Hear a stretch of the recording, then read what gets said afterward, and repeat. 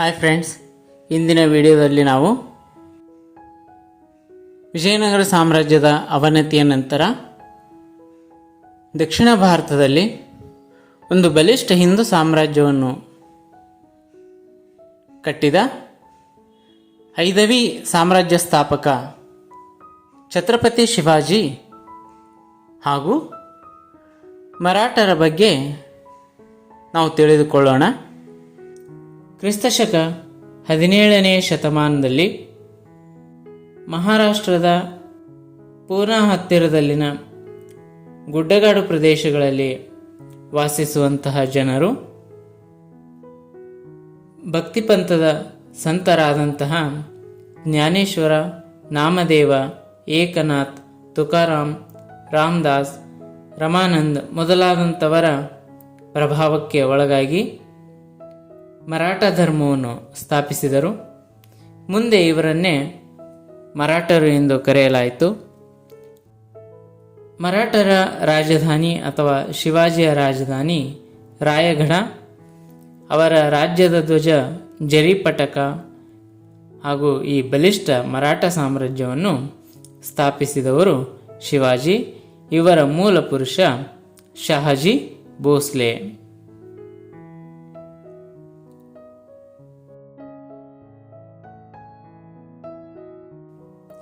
ವಿದ್ಯಾರ್ಥಿಗಳೇ, ಹಿಂದೂಗಳ ಹೃದಯ ಸಾಮ್ರಾಟನಾದಂತಹ ಶಿವಾಜಿಯ ಆರಂಭಿಕ ಜೀವನವನ್ನು ನಾವು ತಿಳಿದುಕೊಳ್ಳುವುದಾದರೆ,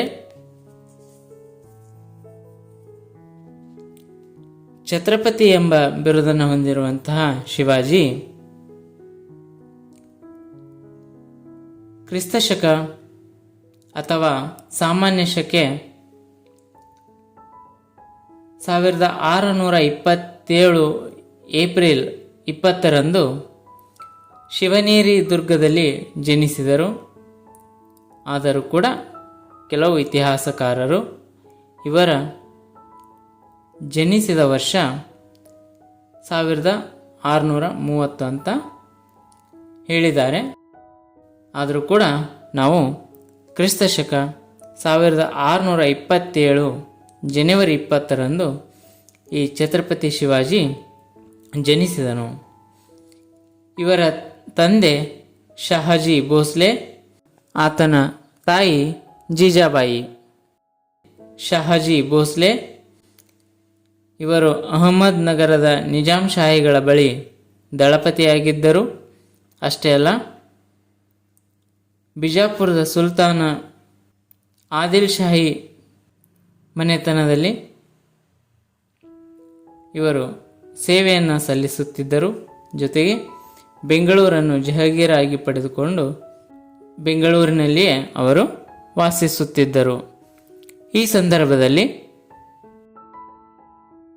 ಶಿವಾಜಿಯ ತಾಯಿಯಾದಂತಹ ಜೀಜಾಬಾಯಿಯು ಧಾರ್ಮಿಕ ಮನೋಭಾವವನ್ನು ಹೊಂದಿರುವಂಥ ಮಹಿಳೆಯಾಗಿದ್ದು, ಆಧ್ಯಾತ್ಮ ಮತ್ತು ಈ ಧರ್ಮಶ್ರದ್ಧೆಯಲ್ಲಿ ಸಾಕಷ್ಟು ನಂಬಿಕೆಯನ್ನು ಹೊಂದಿದ್ದಳು. ಹೀಗಾಗಿ ಶಿವಾಜಿಗೆ ಬಾಲ್ಯದಿಂದಲೇ ಆಧ್ಯಾತ್ಮ, ಶೌರ್ಯ, ಪರಾಕ್ರಮ, ರಾಮಾಯಣ, ಮಹಾಭಾರತದ ಕಥೆಗಳನ್ನು ಹೇಳುತ್ತಾ ಆತನನ್ನು ಧೈರ್ಯವಂತನಾಗಿ ಬೆಳೆಯುವಂತೆ ಮಾಡಿದಳು. ಶಿವಾಜಿಯ ವಿದ್ಯಾಗುರು ಮತ್ತು ಮಾರ್ಗದರ್ಶಕರ್ಯಾರೆಂದರೆ ಆತನ ತಾತನಾದಂತಹ ಅಥವಾ ಅಜ್ಜನಾದಂತಹ ದಾದಾಜಿ ಕೊಂಡದೇವನು ಶಿವಾಜಿಗೆ ಶಸ್ತ್ರವಿದ್ಯೆಯನ್ನು ಕಲಿಸಿದನು. ಅವರ ಆಧ್ಯಾತ್ಮಿಕ ಗುರು ಸಮರ್ಥ ರಾಮದಾಸರು ಅಥವಾ ಸಮರ್ಥ ರಾಮದಾಸ ಆಧ್ಯಾತ್ಮಿಕ ಗುರುವಾಗಿದ್ದರು ಅನ್ನೋದನ್ನು ನಾವಿಲ್ಲಿ ಪ್ರಮುಖವಾಗಿ ಗುರುತಿಸ್ತೀವಿ. ಇಲ್ಲಿ ದಾದಾಜಿ ಕೊಂಡದೇವರು ಶಿವಾಜಿಗೆ ಆಡಳಿತ, ಯುದ್ಧ ಕಲೆಗಳಲ್ಲಿ ಸಾಕಷ್ಟು ತರಬೇತಿಯನ್ನು ನೀಡಿ ಅವರಿಗೆ ಸಾಕಷ್ಟು ವಿದ್ಯೆಯನ್ನು ಕಲಿಸಿದರೆ, ಶಿವಾಜಿಯ ಸಂತರಾದಂತಹ ರಾಮದಾಸರು ಮತ್ತು ತುಕಾರಾಮ್ರವರು ಇವರ ಸಿದ್ಧಾಂತಗಳಿಂದ, ಅವರ ತತ್ವಗಳಿಂದ ಶಿವಾಜಿಯು ಸಾಕಷ್ಟು ಪ್ರಭಾವಿತನಾದನು.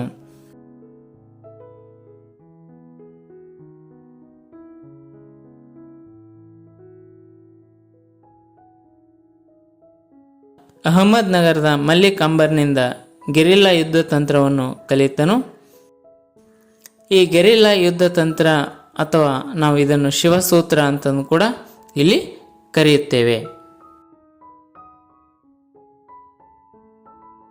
ತನ್ನ 16ನೇ ವಯಸ್ಸಿನಲ್ಲಿಯೇ ಮೊಘಲರ ವಿರುದ್ಧ ಬಲಿಷ್ಠ ರಾಜ್ಯವನ್ನು ಕಟ್ಟುವಂತಹ ಕನಸನ್ನು ಶಿವಾಜಿಯು ಹೊಂದಿದ್ದನು. ಮಾವಳಿಯರು ಶಿವಾಜಿಯ ಪ್ರಮುಖ ಆಪ್ತಮಿತ್ರರಾಗಿದ್ದರು ಅಥವಾ ಸ್ನೇಹಿತರಾಗಿದ್ದರು.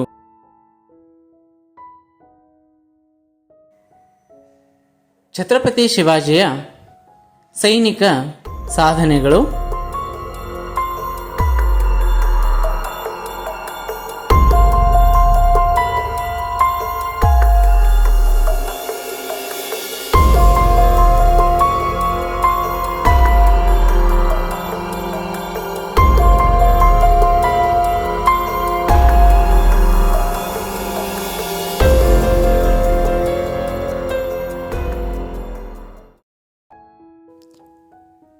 ವಿದ್ಯಾರ್ಥಿಗಳೇ, ಶಿವಾಜಿಯ ಸೈನಿಕ ಸಾಧನೆಗಳನ್ನು ನಾವು ಇಲ್ಲಿ ಗುರುತಿಸುವುದಾದರೆ ಕ್ರಿಸ್ತಶಕ 1646ರಲ್ಲಿ ರಾಯಗಢ, ತೋರಣಗಢ, ಪ್ರತಾಪಗಢ, ಕೊಂಡಾನ ಕೋಟೆಗಳನ್ನು ವಶಪಡಿಸಿಕೊಂಡಂತಹ ಶಿವಾಜಿಯು ಅಲ್ಲಿಂದ ದೊರೆತಂತಹ ಸಂಪತ್ತಿನಿಂದ ರಾಯಗಢವನ್ನು ನಿರ್ಮಿಸಿದ. ಜೊತೆಗೆ ವಿಜಯಪುರದ ಸುಲ್ತಾನನಿಂದ ತನ್ನ ತಂದೆಯನ್ನು ಬಿಡಿಸಿಕೊಂಡು ಬಂದನು. ನಂತರ ತನ್ನ ಗಮನವನ್ನು ಕೊಂಕಣ ತೀರದವರೆಗೆ ಹರಿಸಿ ಜಾವಳಿ, ಸೂಪ ಮೊದಲಾದಂಥ ಪ್ರದೇಶಗಳನ್ನು ಮತ್ತೆ ಬಿಜಾಪುರದ ಆದಿಲ್ ಶಾಹಿಗಳ ಬಳಿಯಿಂದ ಕಸಿದುಕೊಂಡನು. ಹೀಗೆ ಕಸಿದುಕೊಂಡಂಥ ಸ್ಥಳದಿಂದ ಅವನು ಪ್ರತಾಪಗಢ ಎನ್ನುವ ಹೊಸ ಕೋಟೆಯನ್ನು ಕೂಡ ಇಲ್ಲಿ ಶಿವಾಜಿ ನಿರ್ಮಿಸುತ್ತಾನೆ.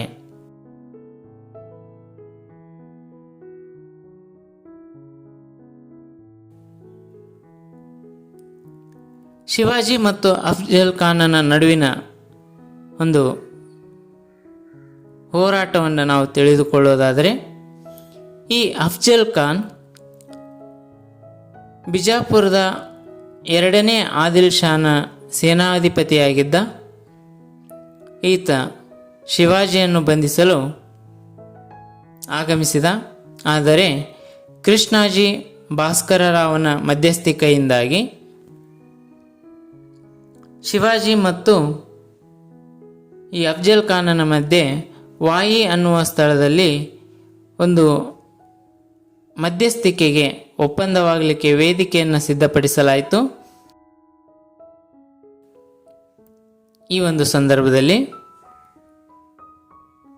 ಶಿವಾಜಿಯು ತನ್ನ ಬಳಿ ಇರುವಂತಹ ವ್ಯಾಘ್ರನಖ ಅಥವಾ ಹುಲಿ ಉಗುರುಗಳ ಒಂದು ಆಯುಧದ ಸಹಾಯದಿಂದ ಅಫ್ಜಲ್ ಖಾನನನ್ನು ಕೊಂದು ಆತನ ಬಿಡಾರವನ್ನು ಲೂಟಿ ಮಾಡಿದನು.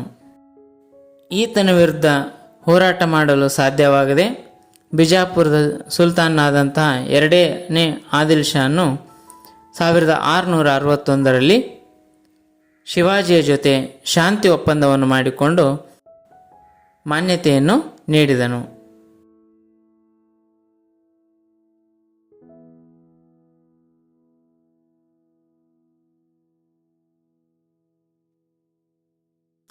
ಶಿವಾಜಿ ಮತ್ತು ಶೈಸ್ತಾ ಖಾನನ ನಡುವಿನ ಹೋರಾಟದ ಬಗ್ಗೆ ನಾವಿಲ್ಲಿ ಗಮನಿಸೋದಾದರೆ, ಈ ಶೈಸ್ತಾ ಖಾನ್ ಮೊಘಲ್ ದೊರೆಯಾದಂತಹ ಔರಂಗಜೇಬನ ಚಿಕ್ಕಪ್ಪನಾಗಿದ್ದ. ಅಷ್ಟೇ ಅಲ್ಲದೆ ಔರಂಗಜೇಬನ ಸೇನಾನಿ ಕೂಡ ಆಗಿದ್ದ. ಈ ಶೈಸ್ತಾ ಖಾನನು ದಖನ್ನಿನ ನೂತನ ರಾಜ್ಯಪಾಲನಾಗಿದ್ದನು.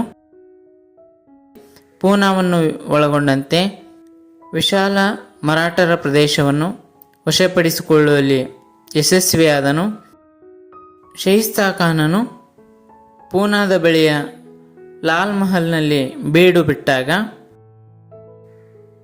ಒಂದು ಮದುವೆ ದಿಬ್ಬಣದಂತೆ ವೇಷವನ್ನು ಧರಿಸಿಕೊಂಡು 100 ಸೈನಿಕರೊಂದಿಗೆ ತಲೆಮರೆಸಿಕೊಂಡು ಬಂದಂಥ ಶಿವಾಜಿಯು ಪೂನಾ ನಗರವನ್ನು ಪ್ರವೇಶಿಸಿ ಗೆರಿಲ್ಲಾ ಯುದ್ಧ ತಂತ್ರವನ್ನು ಅನುಸರಿಸಿ ಈ ಶೈಸ್ತಾ ಖಾನನ ಬೆರಳುಗಳನ್ನು ಕತ್ತರಿಸಿ ಅವನ ಬಿಡಾರಕ್ಕೆ ಬೆಂಕಿ ಹಚ್ಚಿದನು. ಆತನನ್ನು ಪಲಾಯನ ಮಾಡುವಂತೆ ಮಾಡಿದನು. ಶಿವಾಜಿಯನ್ನು ಬೆಟ್ಟದ ಇಲಿ ಎಂದು ಕರೆದಿದ್ದ ಔರಂಗಜೇಬನಿಗೆ ನಿಜವಾದ ಹೆಬ್ಬುಲಿಯ ದರ್ಶನವಾಗಿತ್ತು ಎಂಬುದನ್ನು ನಾವಿಲ್ಲಿ ಗಮನಿಸುತ್ತೇವೆ.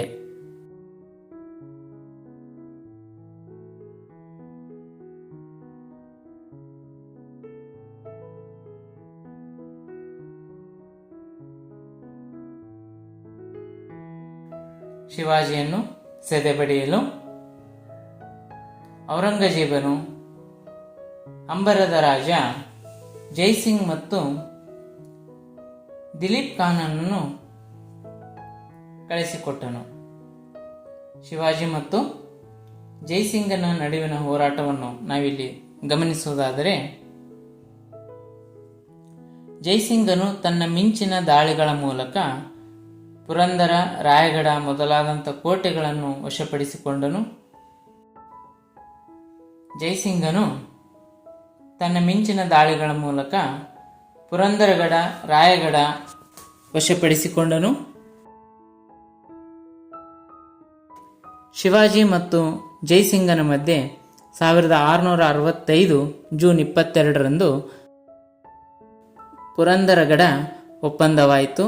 ಈ ಒಪ್ಪಂದದಂತೆ ಶಿವಾಜಿಯು ತನ್ನ ಬಳಿ ಇದ್ದಂತಹ 23 ಕೋಟೆಗಳನ್ನು ಮೊಘಲರಿಗೆ ನೀಡಿ 12 ಕೋಟೆಗಳನ್ನು ತನ್ನ ಬಳಿ ಇಟ್ಟುಕೊಂಡನು. ಅಷ್ಟೇ ಅಲ್ಲದೆ ಮೊಘಲರಿಗೆ 40 ಲಕ್ಷ ಹೊನ್ನನ್ನು ನೀಡಬೇಕಾಯಿತು. ಶಿವಾಜಿಯ ಮಗ ಸಂಭಾಜಿಯನ್ನು 5,000 ಅಶ್ವಪಡೆಯ ಮನ್ಸಬ್ದಾರನಾಗಿ ನೇಮಕ ಮಾಡಬೇಕೆಂದು ಈ ಒಂದು ಒಪ್ಪಂದದಲ್ಲಿ ನಿರ್ಧರಿಸಲಾಯಿತು. ಜೈಸಿಂಗನ ಒತ್ತಾಯದ ಮೇರೆಗೆ ಶಿವಾಜಿಯು ತನ್ನ ಆಡಳಿತದ ಜವಾಬ್ದಾರಿಯನ್ನು ತನ್ನ ತಾಯಿ ಜೀಜಾಬಾಯಿಗೆ ವಹಿಸಿ 1666 ಮೇ 9ರಂದು ತನ್ನ ಮಗ ಸಂಭಾಜಿಯೊಂದಿಗೆ ಮೊಘಲರ ಆಸ್ಥಾನಕ್ಕೆ, ಆಗ್ರಾದಲ್ಲಿನ ಮೊಘಲರ ಆಸ್ಥಾನಕ್ಕೆ ಭೇಟಿ ನೀಡಿದನು. ಆದರೆ ಔರಂಗಜೇಬನು ಶಿವಾಜಿಯನ್ನು ಅವಮಾನಗೊಳಿಸಿ ಆತನನ್ನು ಬಂಧನದಲ್ಲಿಟ್ಟನು. ಈ ಸಂದರ್ಭದಲ್ಲಿ ಶಿವಾಜಿಯು ತನ್ನ ಬುದ್ಧಿವಂತಿಕೆಯಿಂದ, ಚಾಣಾಕ್ಷತೆಯಿಂದ ಅನಾರೋಗ್ಯವಾದವನಂತೆ ನಟಿಸಿ ಸಿಹಿ ತುಂಬಿದ ಬುಟ್ಟಿಗಳನ್ನು ದಾನ ಮಾಡಲು ಹೊರಗೆ ಕಳುಹಿಸುತ್ತಿದ್ದನು. ಒಂದು ದಿನ ಅವಕಾಶವನ್ನು ನೋಡಿ ಅದೇ ಹೂವು ಹಣ್ಣಿನ ಬುಟ್ಟಿಯಲ್ಲಿ ಕುಳಿತು ಅಲ್ಲಿಂದ ತನ್ನ ಮಗ ಸಂಭಾಜಿಯೊಂದಿಗೆ ತಪ್ಪಿಸಿಕೊಂಡು ಸನ್ಯಾಸಿ ವೇಷದಲ್ಲಿ ರಾಯಗಢವನ್ನು ತಲುಪಿದನು. 1666ರಲ್ಲಿ ನವೆಂಬರ್ ತಿಂಗಳ ಅವಧಿಯಲ್ಲಿ ರಾಯಗಢವನ್ನು ತಲುಪಿ ಮೊಘಲರು ವಶಪಡಿಸಿಕೊಂಡಂತಹ ಎಲ್ಲ ಕೋಟೆಗಳನ್ನು ಮರಳಿ ಅವರಿಂದ ಗೆದ್ದುಕೊಂಡನು. 1670ರಲ್ಲಿ ಮತ್ತೆ ಮೊಘಲರ ವಿರುದ್ಧ ದಾಳಿ ಮಾಡಿದಂಥ ಶಿವಾಜಿಯು ಅವರ ವಶದಲ್ಲಿದ್ದಂತಹ ಕೊಂಕಣ ಮತ್ತು ಬಿರಾರ ಕೋಟೆಗಳನ್ನು ವಶಪಡಿಸಿಕೊಂಡನು. ಮತ್ತೆ ಸೂರತ್ತನ್ನು ಲೂಟಿ ಮಾಡಿದನು. ಈತನ ಸ್ನೇಹಿತನಾದಂತಹ ತಾನಾಜಿ ಮನ್ಸೂರೆ ಕೂಡ ಹೋರಾಟ ಮಾಡಿ ಮೊಘಲರ ವಿರುದ್ಧ ಹೋರಾಟ ಮಾಡಿ 1670ರಲ್ಲಿ ಸಿಂಹಗಡವನ್ನು ಗೆದ್ದುಕೊಂಡನು. ಶಿವಾಜಿಯು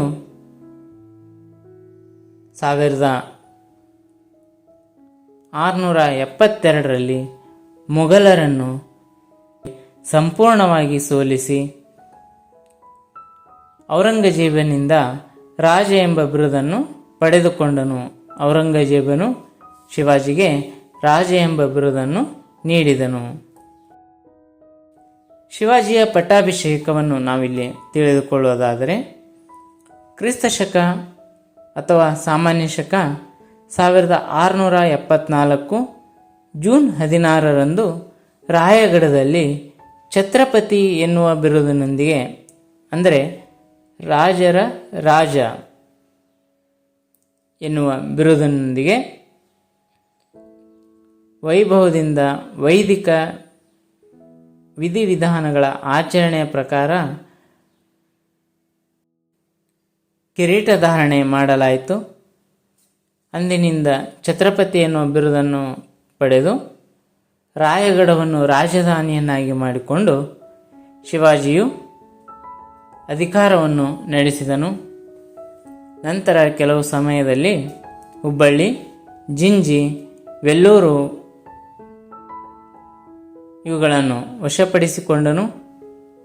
ಅಂತಿಮವಾಗಿ 1680ರಲ್ಲಿ ಶಿವಾಜಿಯು ರಾಯಗಢದಲ್ಲಿ ಮರಣ ಹೊಂದಿದನು.